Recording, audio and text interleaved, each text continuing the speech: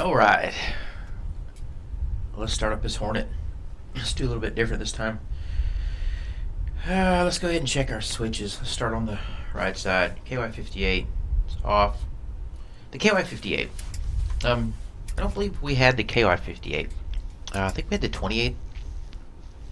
The KY radios. They do work in this jet.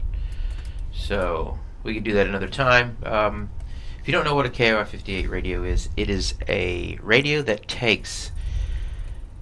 Let's see, how do we explain this? So you have different sets of algorithms for code breaking at different times. The previous radio was the KY28, and it was the older encrypted radios that took the UHF, the VHF, line of sight, UHF sat nav radios, and took your words and digitized them, I think, in a way, and send them over and descramble them and let you be heard. That's the best way I can think about it. The KY28 used the old encryption algorithm Nestor. The newer ones use a Sybil, I think, encryption algorithm.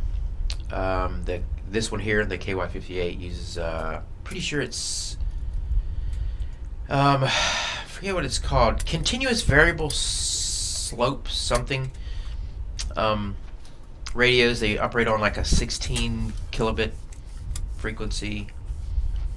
Scramble your stuff, send it out, unscramble it, and give it back to the pilot. Pretty clear, the KY58s do. They weren't so clear on the 28s from what I understand. There's also a KY57, that's your ground pounders radio version. I think that maybe your JTAC would use something like that. Somebody in the comments can tell me and clarify it. I'm not real sure about it, but move on here. We'll check our sensor panel. All of our switches off. We're just going to check, do a sweep of the cockpit, make sure everything's off the way it's supposed to be. Right, keep going down over here and we'll check. Alright, hide override switch. That does actually work. If you get an AMAD problem or an engine problem, you can override the hydraulics isolation here, set it to normal. Oh, yeah, antenna selects. Okay, so what are these? All right, you've got antennas on this jet. You've got lowers and uppers. This is for your IFF. Let's say you're flying too low to the ground, and there's really no purpose to be on lower. You want to transmit fully on upper because you're hovering the Earth. You don't want to be shot doing that. That's you would turn this radio up here to the upper, because your lower would not be working. And if you were up high and you didn't have to worry about the upper, you would set it to lower. But I believe you would just set them to both unless you needed to isolate for power, maybe. COM1, same way. Lower and upper antennas, they're mounted on the back of the jets. Let's see if we can see one over here. Yeah, you'll see your radio antennas over here, right? You've got uppers and lowers on the tops and bottom of the jet. Alright, so those are good. All our switches are set. Let's go ahead and let's do our engine fire test in battery override. So first we're going to check our bats, make sure they're good. That bat's good. Now we're going to override. Once again, you can't start your APU in override, so we're going to do engine fire test A in override. We won't get an incidental spark, and we're not getting any sound.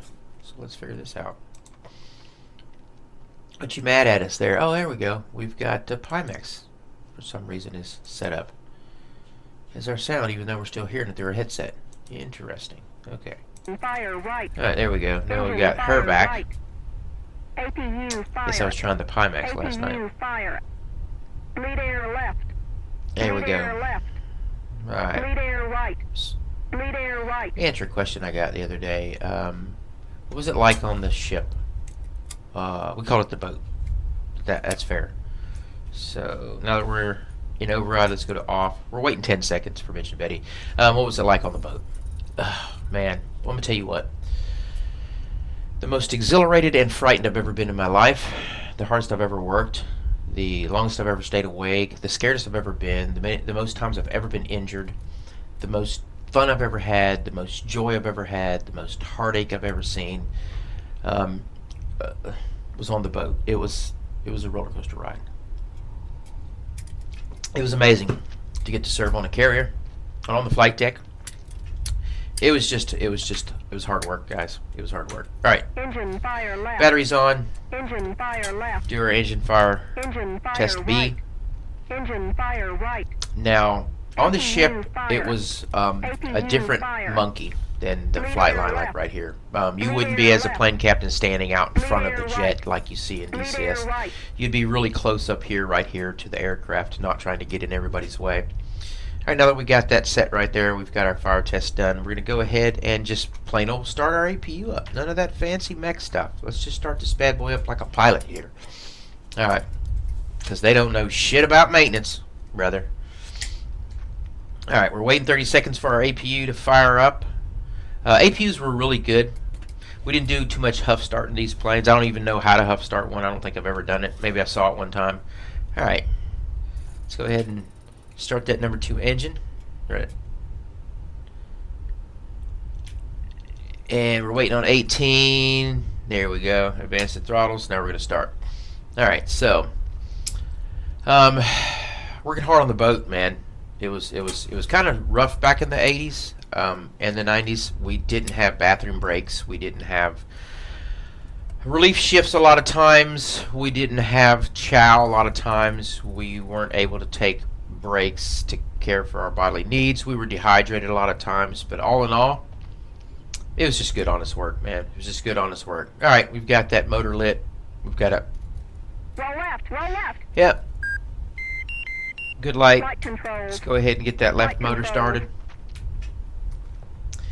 And we're holding off on turning our DDIs on for a specific reason. It's just a power draw on the batteries until we get both AMADs running and all the gens running and all the power running. We're just going to kind of wait. So we'll turn our right one on now. We're about to get light here. Go ahead and get the center AMPCD warming up. It takes a minute. There we go. We're fixing some fire to the motors above 40. There we go. Now let's turn the left one on. Alright, we're up and running. Uncade your backups while we're sitting here. Let's go ahead and align our Jet 2. Get that started. Center AMPCDs are awesome in DCS, but they weren't so much in the real jet in my day. The A's, B's, C's, and D's were garbage. They were microfiche tapes, and they didn't do a very good job. Alright, let's go ahead and cycle our bleeds. All the way around clockwise till you get clear here. Alright, now let's pull our paddle switch, stick back, select reset. We're going to get a G, limit override, advisory reset, rudder trim reset, close the canopy, rails, rails. There we go. Alright. Now we're aligning our jet. Let's go ahead and do our flight control test flaps to auto.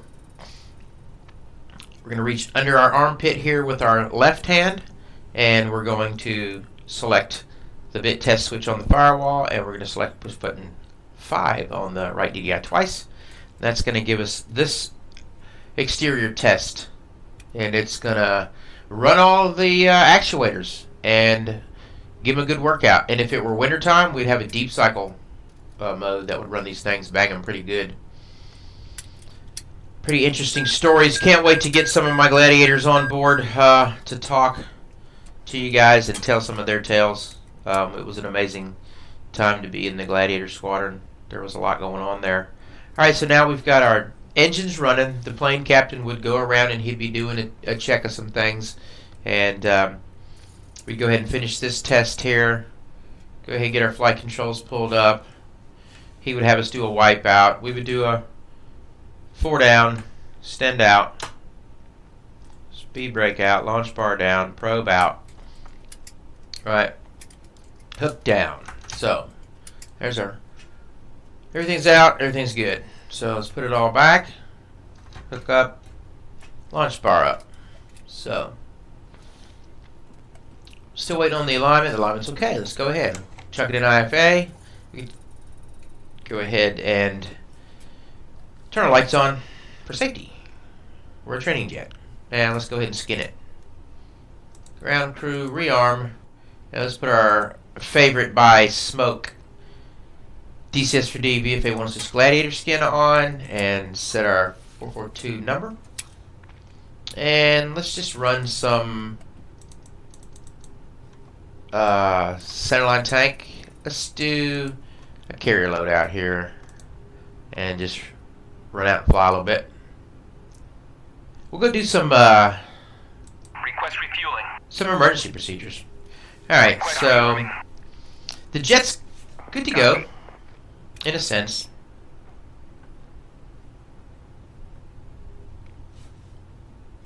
We're gonna turn on our mids Refueling complete. and pick 40. And IFF is gonna be on. 3C, we're gonna squawk 1440. Flight controls. Enter. Flight controls. Alright, red out set.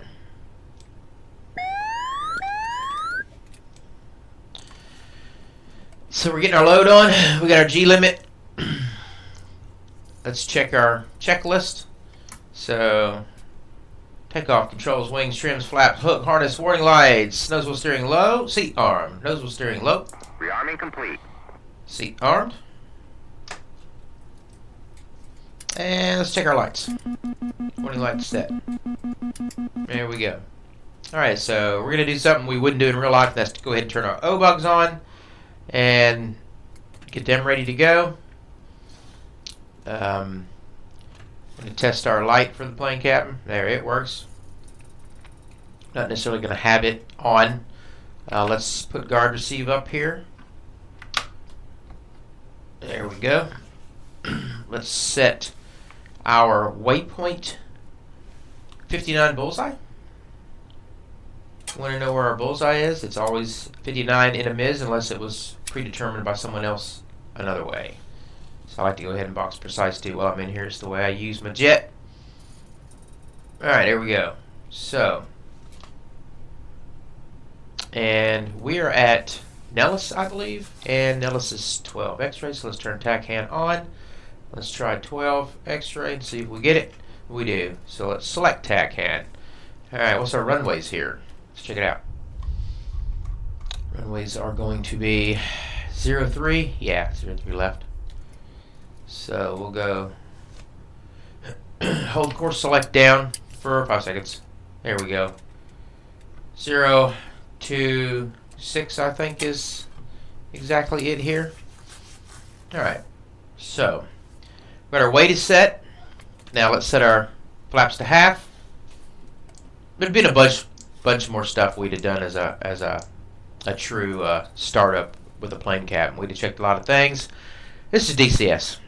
Let's just do DCS stuff real quick and enjoy ourselves. Alright, so let's finish talking about the boat. So my first time on the boat, it was amazing. Man, I don't know the words to it. Like, I fly onto the boat. I don't catch the boat the way you normally would. I fly out to the boat. So we went to the boat as gladiators in a ton of ways, and none of them were normal, except for one time. I think we caught an actual boat from a dock. But we usually went out, flew on a cod, or many different ways to the boat. Took other boats to the boat. But you get there, and here you are on this aircraft carrier. It's freaking huge, man. It's just massive. And you don't know shit. You don't know nothing. Alright, brakes off. Plane captain told us it's clear to go. We're going to brakes off, hold brakes, run up. Release brakes. Tap brakes. Check steering. Steering's good. Salute. Just give me a little salute. And we're off. Let's go down here and catch 03. Alright. And we'd say Nellis traffic 442, taxiing 03 for departure. Nellis, as etiquette for the servers. We're mimicking uncontrolled airspace around, some small towns because we got to fly with people, but we don't always have ATC and real live people here on DCS. So, like on the boat where we've got all kinds of support. So on the boat, as mechs, as troubleshooters, final checkers, plane captains, whatever we went to the boat as, it was hard duty, man. It was honest duty. It was good work.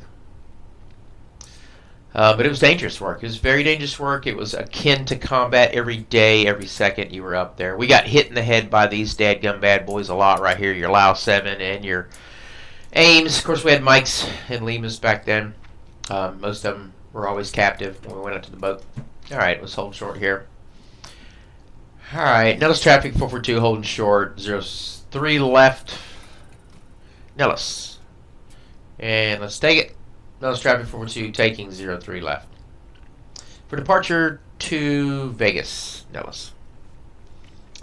We'll run out and do a little run over Vegas real quick in our Hornet. So now we're going to take the taxiway. So OBOG's on, seat armed. And we go ahead and turn our radars up. Raw gear on. We're not going to set our chaff or flare or anything like that right here.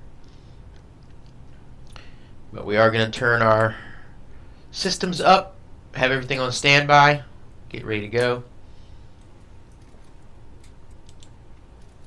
And we would have bitted all this out. We would have done a bit test on the upfront controller. Like, there's so much bit here. All right, so let's center up. There we go. And recheck our coordinates. All right, so we're going to run our motor up. And what we're looking for is above 80, we're going to get a deedle if we got a problem. We got no deedle, so we got no problem. So it's forward, aft, left, right, round the horn. There we go. Everything looks good. Check the blend codes. Bam, bam, bam. No X's in our blends. Let's rock. So, going to go ahead all the way up and light them bad boys into burner. Brakes off. Roll. So, we're going to disengage nose wheel steering above about... right about now, about 90. I think it was above 70 if you wanted. And now we're all rudder, and nose is alive, and here we come up. So nose is up. We're in burner. We're looking to get the wheels up by the end of the runway. There we go, flaps up. Wheels up, throttles back. Level our nose, not get above 500 feet, so we don't encroach in traffic overhead that is doing the brake. So here we're outbound now, and we're at 500, nose down. So let's set our ATC. Let's just go ahead and set our B out. Why don't we? And let ourselves just rock up here. Alright, so the ship was a real treat, man. It was a hardship. We got paid extra for it. I enjoyed to go out to the boat anytime, but I'm gonna tell you right now, it was dangerous. It was hard. It was tough duty. Wasn't enough money for some people to go. A lot of people just didn't want to go on the boat deployments. I went where the money was. I really actually just dug the sea. I absolutely, as many times as I was injured and hurt out there, I wanted to go back every time, even the last time when I couldn't go back again. I still would love to go to the boat and work the boat, and I don't care how traumatic it was for me. I don't care about any of that. I don't care about the injuries. That was a great place. All right, we're 5 miles out. We're going to do a left turn now and climb and make an announcement. Nellis traffic 442. Left turn outbound to 000, climbing, resuming on navigation. Nellis. Yeah, man. Loved the boat. Never worked so hard in my life. Was wet, was cold, was tired, was hot, was hungry, was thirsty, urinated on myself, defecated on myself. So did everybody else. Big deal. We got to work on jets, man, and play around jets, and fly in them, and be around them at ages that we should have been not doing any of that. So there was a trade-off to the wickedness that was the duty on the boat. For me, I never had to go to the galley. I never had to go be a mess cook or any of the things that some people had to do. I made myself invaluable and kept my butt working where I wanted to work, which was around jets on a flight line. Got me in places. Got me into being turn quad, got me into being backseat quad, got me into being the traveling mech show where we just flew around and were transported to amazing places to work on these jets. So let's climb up and do a little maintenance run here. So let's say we pulled motors, both of them. We pulled everything. We got to go up now and test them as a pilot. I wanted to go on one of these runs. I didn't get to.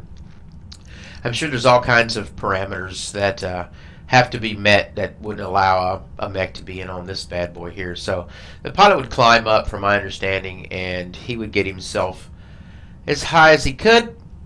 I'm guessing they would tell him, do something. So let's do something real quick. Let's go ahead and let's set our engines display up over here on this side. Let's take and put our aircraft baro to, let's call it 10K for our ceiling. And then let's put our R-alt here to 4,500. Enter. There we go. So now we're set. Go back to, alright, so there's our waypoint 59. Alright, so we're outbound, we're climbing, we're not really accelerating, but we've got ourselves in full mil. We're going to come back out, and what we're looking to do here is get ourselves high up now, and we're going to induce a flat spin. So what we're going to do is we're going to keep climbing now, pull our nose up. We're above 20. We're going to pull our nose up and get ourselves to a 25-degree climb out. And we're going to unlock our throttles because we need to split them here. So what we're going to do is we're going to go into burner now. So here we are in burner. And we're climbing at 25. And we're looking for 250. At 250, we're going to dump the left throttle to idle. Left boot, left stick over, and flop. So here we are, flopping. Oh my goodness, what are we doing? We're going into a spin. We're going into a spin. Really good. There we are. Spinning like a mug. We're spinning. So here we are. We're in the spin. We're going to advance our throttles back up. Come out of burner. Go into mill. And our stick indication is left. So now we're left. We're just riding it left until we start flying. We're going to keep us from spinning. We're going to engage that stick to the back of our pocket and now pull back as we get speed. Pull back as we get speed. And pull back as we get speed and counter that turn. Get that nose down. Left stick, left stick, left stick. And we'll get to flying here in a second. So here we are flying. So once we're flying, we're going to hear it. We're flying. Now we're going to pull up. 16,000 feet. Now we can pull out. We've got some control. We can get measure of the stick back. And now we can pull up and unload the jet a little bit because we can relax. We can relax now. Ooh, yeah. There we go. And we did not hit our ceiling.